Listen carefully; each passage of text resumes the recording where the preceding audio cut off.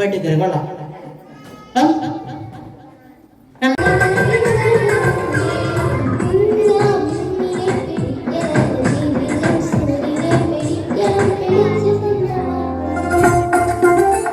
മാതൃകാപരമായിട്ട് വളർത്തുക എന്നുള്ളത്. പ്രിയപ്പെട്ട മാതാപിതാക്കളെ, നിങ്ങൾ ഓർത്തിരിക്കുക, നിങ്ങളുടെ ഇപ്പൊ ഈ പ്രായത്തിലുള്ള കുട്ടികൾ, അതായത് 1 വയസ്സ് മുതൽ 5 വയസ്സ് 10 വയസ്സ് വരെയൊക്കെയുള്ള കുട്ടികൾ ലഭിക്കേണ്ട പ്രകാശം ലഭിക്കണമെങ്കിൽ മാതാപിതാക്കൾ അവരുടെ ജീവിതത്തെ സ്വാധീനിക്കുന്ന വ്യക്തികളായെങ്കിൽ മാത്രമേ കുട്ടികൾ നന്നായിട്ട് എടുക്കാനായിട്ട് മാതാപിതാക്കൾക്കാണ് സാധിക്കുന്നത്.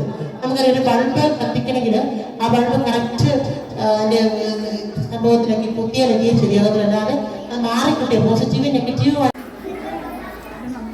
പിന്നെ മാതാപിതാക്കൾ ഈ കാലഘട്ടത്തില് ഒന്നിന്റെ കാര്യം മാത്രം ഞാൻ ഓർമ്മിപ്പിക്കുന്നത്, സാങ്കേതിക വിദ്യയുടെ ഒരു കാലഘട്ടമാണ്. കൊച്ചുകുട്ടികൾ പോലും മാതാപിതാക്കളുടെ ഫോണോ വാട്സപ്പോ ഒക്കെ ടാപ്പ് ചെയ്യുന്നതും അവരുടെ ഫോണിലേക്ക് കേൾക്കുന്നതും ഒത്തിരി സംഭവങ്ങൾ നമുക്ക് അറിയാം. കുട്ടികളുടെ മൊബൈൽ ഫോൺ കൂടുതൽ അതിന്റെ റേഡിയോഷനൊക്കെ ഏറ്റെടുത്ത് അതിന്റെ പ്രത്യാഘാതങ്ങൾ ഉണ്ടായ കുട്ടികൾ നമ്മുടെ സ്കൂളിൽ തന്നെ വന്നു ചേർന്നിട്ടുണ്ട്. അതുകൊണ്ട് ഒരു 70 മിനിറ്റ് കുട്ടി കരയുന്നു, കാണുന്നു, അല്ല ഭക്ഷണം കഴിച്ച് സമ്മാനമായിട്ട് വരാൻ വേണ്ടി അവിടെ നിന്ന് പോന്നിട്ടുണ്ട്.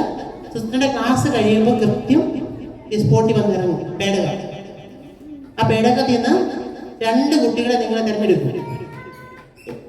ആർക്കാണ് ആ സമ്മാനം കിട്ടാൻ പോകുന്നതെന്ന് നമുക്ക് നോക്കാം. അവർ നോക്കുന്ന ഏറ്റവും മിടുക്കരായിട്ട് ശ്രദ്ധിച്ചിരിക്കുന്ന കുട്ടികൾക്കാണ് സമ്മാനം കൊടുക്കുന്നത്. അല്ല, ഇപ്പോൾ എനിക്ക് മനസ്സിലാക്കുന്നത് കൊണ്ട് ഞാനൊരു ക്ലാസ് എടുക്കാനായിട്ട് ഇപ്പോൾ മുതിരുന്നില്ല. നിങ്ങൾക്ക് പിന്നീട് PTA മീറ്റിംഗ് ഒക്കെ നമ്മൾ വെക്കും. അപ്പോൾ ക്ലാസ്.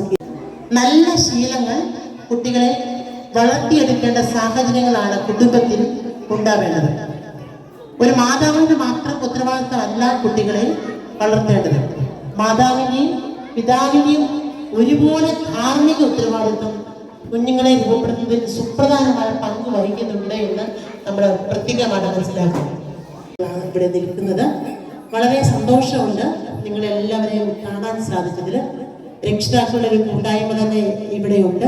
നമ്മുടെ സ്കൂളിനെ വിശ്വസിച്ച് കുട്ടികളെ ഇവിടെ ചേർക്കാൻ 45 കുട്ടികളാണ് ഈ വർഷം ഇവിടെ പുതുതായിട്ട് അഡ്മിഷൻ എടുത്തിരിക്കുന്നത്.